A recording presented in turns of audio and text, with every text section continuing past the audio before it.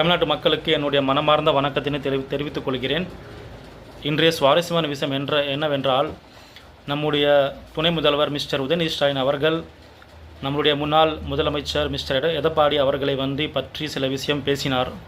ஊர்ந்து நீங்கள் அம்மாவை வணங்கி அல்ல மேலிடத்தில் உள்ள ஆணையை தான் நீங்கள் ஃபாலோ பண்ணுறீங்கன்னு சொல்லிட்டு, அதுக்கு பதிலாக கவுண்டர் அட்டாக்காக மிஸ்டர் எடப்பாடி அவர்களும் பார்த்திங்கன்னா மிஸ்டர் உதயநிதி ஸ்டாலின் பற்றி ஏதோ பால்ட் ஆயில் ஏதோ அது மாதிரி ஒரு ஸ்டோரி சொன்னார். அப்புறம் மிட் நைட் ஸ்டோரின்னு சொல்லிவிட்டு ஏதோ ஒரு நைட்டு இரவில் 1 மணிக்கு நீங்கள் இன்ஸ்டாகிராமில் யாரையும் லைக் பண்ணிங்கன்னு சொல்லி ஒரு ஸ்டோரி அவரும் சொன்னார். ஸோ நீங்களும் ஃபோட்டோ காமிச்சு தான் பண்ணுறீங்க, அவரும் ஆடியோ ப்ரூஃப் காமிக்கிறாரு. தமிழ்நாட்டு மக்கள் உங்களுக்கு மட்டும்தான் தெரியும்.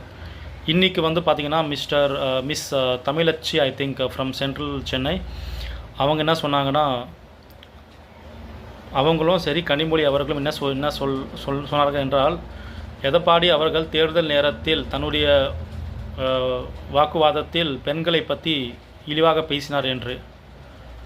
எனக்கு புரியல. ஒன்று, நீங்கள் டிஎம்கே தானே, உங்கள் கட்சியில் இருக்கிற பொன்முடி ஏதோ சில வருஷம் முன்னாடி 1 வருஷம் முன்னாடி தான் பேசினார், ஏதோ தூங்கிட்டு நின்றுட்டுன்னு. அது என்ன மீனிங்கு?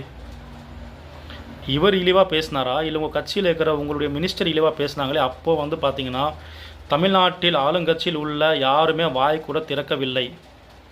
மணிப்பூரில் ஏதோ ரேப் நடந்ததுக்கு கனிமொழி அம்மாவும் சரி நம்மளுடைய துர்கா ஸ்டாலினும் சரி ஆளுங்கட்சியில் உள்ள எல்லோரும் வீட்டு வாசலில் ஒரு மெழுகுத்திய ஏதோ பண்ணிங்க. ஆனால் அண்ணா யூனிவர்சிட்டி உள்ள ஒரு தமிழ் பெண்ணுக்கு நடந்த அந்த ஒரு கொடூரமான சம்பவத்திற்கு எதிராக ஆளுங்கட்சியிலிருந்து ஒருத்தர் கூட எதுவும் பண்ணவில்லை. கேட்டால் துரைமுருகன் சார் அவர்கள் என்ன பண்ணுறார் என்றால், நான் அவனை என்னுடைய கட்சியிலிருந்து நீக்கிவிட்டேன். Super sir.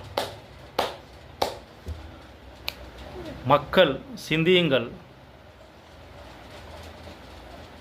எப்படி அவர் தன்னுடைய கட்சியிலிருந்து அந்த ஒரு குற்றவாளியை நீக்கினாரோ அதே போல் அந்த கட்சி தவறாக கடந்த 5 வருடங்கள் நடந்திருந்தால் உங்களுக்கு நல்ல ஒரு சான்ஸ் இருக்கிறது நீக்கிறதுக்கு.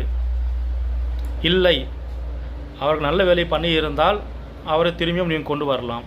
உங்கள் தொகுதியில் ஒரு நியூ கேண்டிடேட்டை நீங்கள் சூஸ் பண்ணுங்கள். எக்ஸிஸ்டிங் எம்எல்ஏஸை சூஸ் பண்ணாதீங்க.